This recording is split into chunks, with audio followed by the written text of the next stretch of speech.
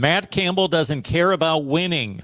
I just learned this. We talk Iowa State football. We do so with Levi Stevenson from Wide Right Natty Light on SB Nation. Levi, how you doing? I'm good. How are you? I'm doing just fine. So I definitely got that right, and I got it in context, correct? Definitely. Matt Campbell absolutely doesn't care about winning football games. that was quite the story this week or whatever, because I now that with the loss to Texas Tech last weekend, that like there is still like one kind of scenario that is not impossible, but it's like there's like one scenario where Iowa State can still get into the Big 12 title game, but effectively probably not getting into the Big 12 title game. So people ask him, I think it was a report from the Cedar Rapids Gazette asked him, he's like, are you upset that you guys didn't reach your goal? And Matt Campbell said, well, the Big 12 championship was never our goal, and I've never said it was our goal. Our goal was to be the best team that we can be, or whatever, and then the results will follow. And everybody lost their minds, saying Matt Campbell doesn't care about winning. Brady Quinn's on ESPN is like, oh, that's going to affect recruiting and all this, and it was this whole hubbub. And if anybody's listened to Matt Campbell speak before, one, that he is the absolute undisputed champion of coach speak. His press conferences, he says the same thing every single week. And he's consistent and he's honest about it, but he's not like giving you anything. He's not telling you like his injury reports. He's not telling you any of that. He's always, we're staying the course. We're trying to be the best we can be. What does your daily routine look like? He's extremely consistent about that. He's a process driven guy like a Nick Saban that has famously said a couple years ago that his best teams weren't the ones that cared about winning championships. And that's the mentality that Matt Campbell uses, is his process driven mentality where taking care of your day-to-day business leads to good results down the road rather than focusing on the results. And it's just really funny because all the Iowa State fans were like, we listened to him, we're like, yeah, that's kind of what it is. Or like, we understood what he was saying, and people and a lot of media, because part of what's difficult about covering a process-driven mentality, why we look at like some people look at Nick Saban with, obviously everybody respects Nick Saban, but they always look like he's kind of got a screw loose or whatever, and because it's hard to cover a process-driven mentality as a media member, because you're not connecting it to tangential results, to a tangible, like we're going to win this many games, this and this. You can write about wins and losses. It's hard to write about this is what happened in closed practices, this is what's happening behind closed doors. You can't write about that. So we're all inherently kind of like steered towards being results-driven people and results-driven viewers of college football. So when we see a guy like a Nick Saban or a Matt Campbell or a Bill Belichick that is incredibly intensely process-driven, they look like they're just off their rocker. And we had one of those moments this week. Now, there's certainly all sorts of success stories out there. Absolutely. In any industry where those people have set goals to say, I want to do this. Emmitt Smith, from the time he was like in junior high, I'm going to be the rushing champion. I'm going to be the all-time leader in rushing in the NFL.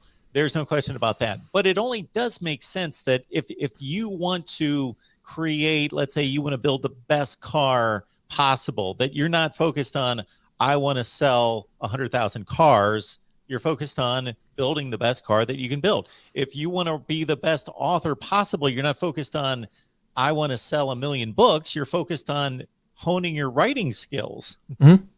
Absolutely. And it's in where like just the general viewing public is so skewed towards those results driven thing that it looks weird. I think there's a good quote from Rory Walling, who's a big special teams guy at Iowa State. He's like darling son of Matt Campbell, all this or whatever. He said from the outside looking in, it doesn't make sense. And from the inside looking out, it's hard to explain. And that's a great way. That's a great way to describe the situation.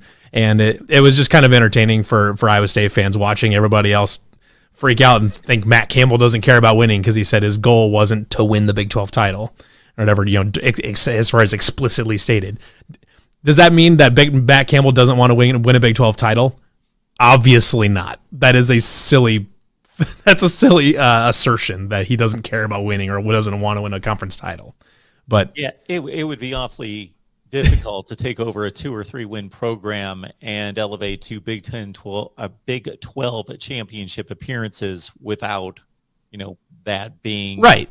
Like that's definitely in the back. I mean, he said it in his introductory press conference 6 years ago. He said, we want to win a Big 12 title at Iowa State or whatever. He said that at his introductory, like saying that's what we want to get to to make Iowa State a conference championship type caliber team or whatever. And he's working on that and we're almost getting there.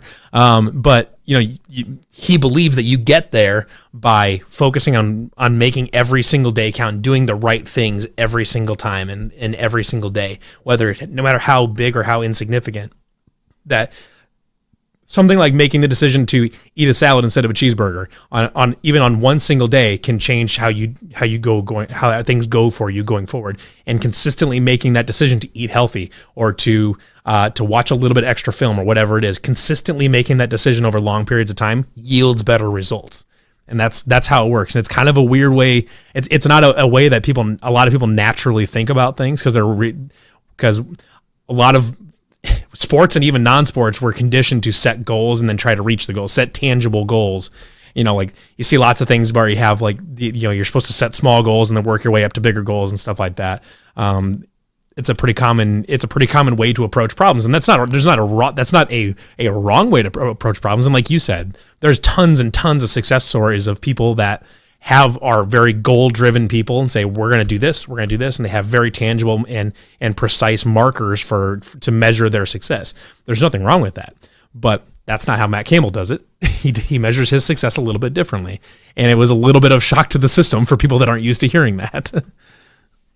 And another mark, typically, of successful people is that they focus on the controllables, and right.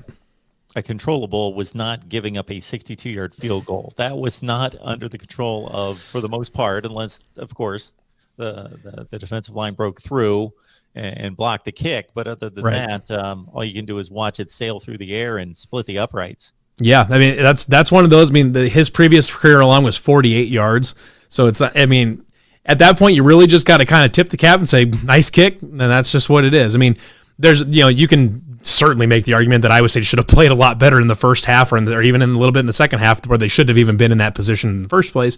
But based on in the moment situation where it's tied and there's a few seconds left on the clock and there's a 62-yard kick on a 62-yard kick ready to be attempted.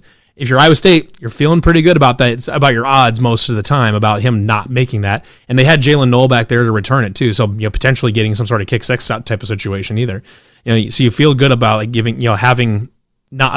giving up that. But the kicker, there was no doubt it was dead center, looked great. The distance on that could have been good from 70. I mean, he stroked it. I mean, I'm not sure he could ever hit a more perfect kick in his entire life or whatever. And tip of the cap, he won the game for him. That's all there is to it, really. And so we're alluding to, if you haven't seen it, go check it out on YouTube. Texas Tech's game-winning field goal, 41-38 over Iowa State the last time the Cyclones were on the field. So, we're conditioned in college football to almost be able to predict the end of the season and the conclusion and the contenders involved nationally and in each conference because it's been fairly clear-cut over the last 5 to 10 years. Right. Both on a national scale and to size it down to the Big 12. So the thought process by most was Oklahoma and Iowa State are going to play in the Big 12 championship game. There were very few people that deviated from that. And so Iowa State at this point was supposed to be probably a 9-1 football team, maybe a 10-0 football team. Sure. Something in that range. But losses to, inexplicably, Texas Tech, West Virginia, and Baylor, much improved team, of course. So what has been the disappointing aspects of the way this has unfolded through 10 games? It depends on what. So the first couple games, the first couple losses, Iowa and Baylor are explicitly, those games are W's if the special teams isn't terrible. I mean, that's what you fix right there. Especially if the special teams is even average, you probably win both of those games. So that's kind of disappointing that a team that's got so many seniors and all that, or that the fact that special teams has been a bit of an issue for Iowa State for a couple years now. Those showing up and really affecting those games, I think, was a wake up call, and that's why Iowa State special teams has been much better since Iowa and Baylor, and to the point where Andrew Mevis is a Groza semifinalist. He's been really good. But then you look at like West Virginia. That was a game where the defense wasn't great. Not entirely. It's hard to say exactly what happened in that game. Most of us kind of wrote it off as a fluke, as kind of something wasn't quite right. Mike Rose didn't play that game, so that was a big missing piece there. Now, obviously, you don't like to see your defense go from very, very, very good to not great just by losing one player. That does speak to Mike Rose's talent, but would like to see a little bit more it being a little more injury resolution on the defense, I guess. That was a tough game. And then this Texas Tech one, the defense was really bad in the first half. It was the tackling wasn't where it usually is. The offense couldn't run the ball. Texas Tech had a really nice game plan to throw the ball a little bit against Iowa State. They didn't really run very well, but they threw the ball pretty well. Texas Tech's quarterback Donovan Smith, redshirt freshman, looked really good. I mean, he looks like he's the next. He looks like he's the next like really good Texas Tech quarterback. He's mobile. He's got a great arm. He seems to be a pretty smart kid. He throws it. He does a really nice job hitting his checkdowns when he needs to. Throws a good, accurate ball downfield. I firmly believe that Donovan Smith is a really nice looking and really nice young quarterback. So when you have Iowa State's defense they weren't playing up to par in the first half. They got down, was it 31-14 or something like that at half. You're down 17 points. Now, at the time, it was really disheartening and kind of defeated at halftime. But we knew that Iowa State would come back and make it a game. Iowa State's always been a second half team, and Texas Tech has typically been a first half team. So we knew that Iowa State was going to have a chance to come back, and they did. They came all the way back. Brock Purdy led that second half comeback, despite he had three picks in that game, but he performed admirably in that second half. Looked really good. He was in control of that offense. And even though they still weren't really able to get the running game going, they got Breece Hall involved in the passing game, and he was really effective in that.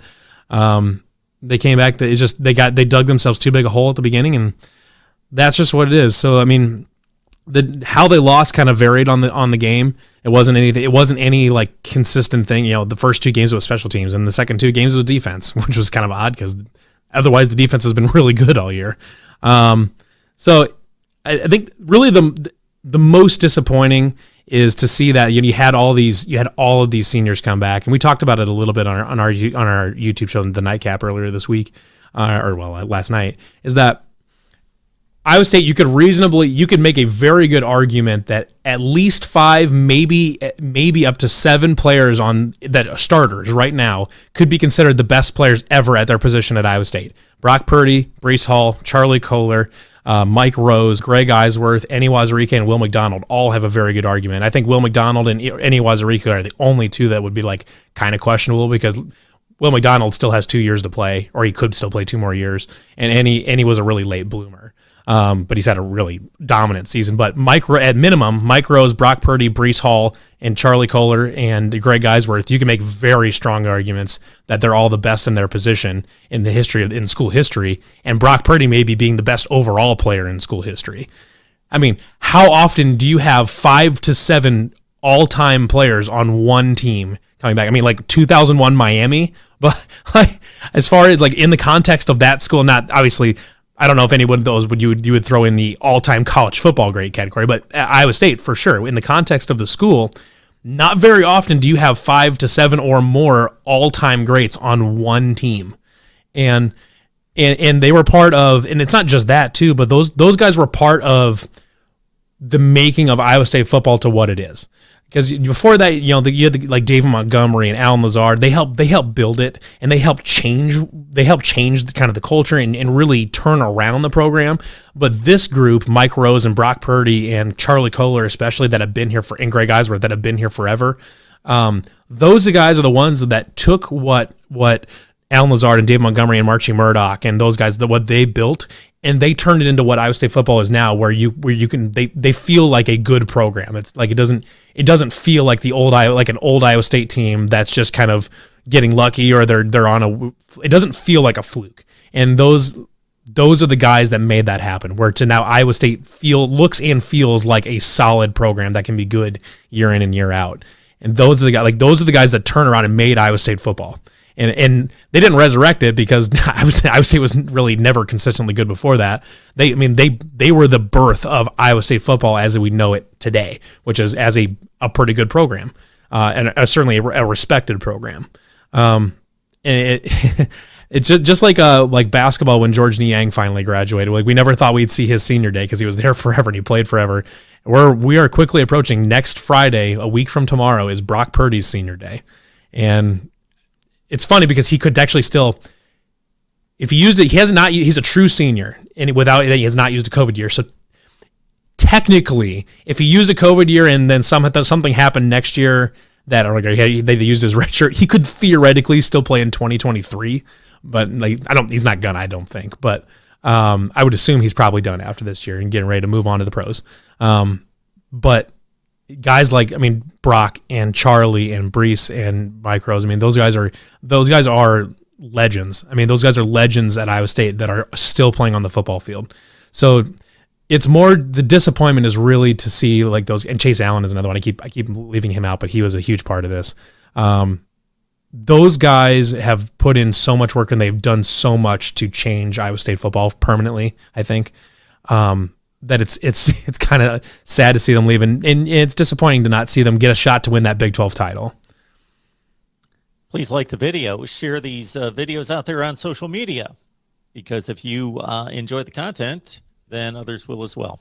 We got Levi Stevenson on the line from SB Nation Wide Right Natty Light. Iowa State takes on Oklahoma as I believe about a 4-point underdog on the road. So Iowa State under Matt Campbell has displaced Texas as, I don't want to say Oklahoma's main rival. Oklahoma, Texas is that rivalry. Sure. But as the main competitor in the conference, maybe not necessarily this specific season, but over the past few seasons, and even going back to when Baker Mayfield was the quarterback at Oklahoma. Of course, Iowa State pulled off that stunning upset that kind of ushered in Iowa State's here to stay, and they're going to be a contender, and they're going to be a thorn in the side of OU and the rest of the Big 12. How does the Iowa State fan base view Oklahoma? So that's kind of funny because especially this season, Oklahoma appears to be the very textbook dictionary definition of a paper tiger, in that they look scary. They can put up points, but they are not remotely physical. They've crumbled under pressure. They've played close games against teams they really shouldn't have. Last week's loss, you look at, is probably overdue. And I can certainly tell you that Iowa State fans are not scared of Oklahoma, not the way they used to be. Even when Kyler Murray was there, it's Kyler Murray. You have to figure something out with him or whatever. Or they're not we wouldn't even if Oklahoma was playing well, we wouldn't be scared of Oklahoma. We'd be I don't know. It seemed like it'd be a pretty tough game, but right now with the way Oklahoma's been playing all this season, where you would not classify them as a tough football team. Whereas Iowa State, at their best, is a very physical, tough football team, gritty football team that they can take punches, and they're perfectly happy to sit there and get in a rock fight with you all day and night. And I don't think Oklahoma is that team. Does that mean I don't think Iowa State necessarily is going to blow out Oklahoma? I think they have a decent shot at winning, because I think if Iowa State's kind of in an interesting spot mentally, because they know that they do need a lot of help to get to the Big 12 title game. But right now they're playing for pride. They're playing to finish out this season. They can still get to 9-4 and still tie the program record for wins in a season. There's still plenty on the table. Even if it's not a Big 12 title, there's still a lot left on the table for these guys. So right now they can play with a full nothing left to lose mentality. They can go out there and they're just playing. I think if Iowa State is coming out this weekend, they're motivated. They are focused. I think Iowa State's got a really good chance to really out physical Oklahoma and to make and to kind of get into a rock fight and win those things, because I don't think Oklahoma's prepared to do that. You mentioned the Big 12 race, and unless it's just overly convoluted, which it is very. Yeah, I'm looking at the conference standings. Not that I didn't basically know them, but so Iowa State obviously has to win out. They finished 6-3. That would knock Oklahoma, with a loss to Oklahoma State, down to 6-3 as well. Oklahoma State obviously lost to Iowa State, so they've got at least the immediate. You got a couple tiebreakers, but not if it involves multiple teams. Yeah, then you got head-to-head record against other people in the group and stuff. It's a very complicated tiebreaker. And so obviously, based on the way you set this up, even with the head-to-heads against Oklahoma and Oklahoma State, it still doesn't fare well for Iowa State most likely. The way it has to happen, I think there's two ways technically it could happen, but the main way would be Iowa State winning out and Kansas State winning out, because Kansas State plays Baylor this weekend, and they play. I'm trying to think who they played next weekend. Texas, right? Yeah. So they went out, and that's how it works with the tiebreakers basically. But if Iowa State they win out, Kansas State wins out, and then Oklahoma State wins Bedlam. That's what they want basically. Because then you'd have a bunch of three-loss teams in the conference, and Iowa State would own tiebreakers. Yeah, you'd have 4 3-loss teams at the top, and Iowa State would own tiebreakers over a few of them, over 3 of them actually, or 2 of them. Sorry, 2 out of the 3 they would own tiebreakers over. And then there's also point differential, which Iowa State, it looks pretty good on point differential right now, is for that kind of thing. So that's the scenario. I mean, it's still possible. You need help from other people, but it's still possible. But like I said, even if that freak scenario doesn't happen, that doesn't mean it's a failure of a season. Doesn't mean it's a lost season or anything like that. These guys are still, this group of seniors and juniors, seniors plus Breece Hall and Will McDonald, and maybe Xavier Hutchinson and all that. They're still playing for a lot. They're still playing for pride. They still get to a good bowl game. Still finish their careers strong. Because they deserve to go out with a good strong finish because of what they've done at Iowa State. I have yet to get to the Big 12, but I am in the process of going through various tie-breaking scenarios and championship scenarios in each division in college football. And see, that I love stuff like that. I want 3 and 4 teams to tie for a championship game berth or for the division title. And the Big 12 is staring down that barrel right now, where you're going to have a bunch of 2 and 3 loss teams right at the top. Good stuff. Levi Stevenson breaking down Iowa State for us, as he always does. Cyclones taking on Oklahoma this weekend. Levi, we appreciate you stopping by as always. Thanks for having me.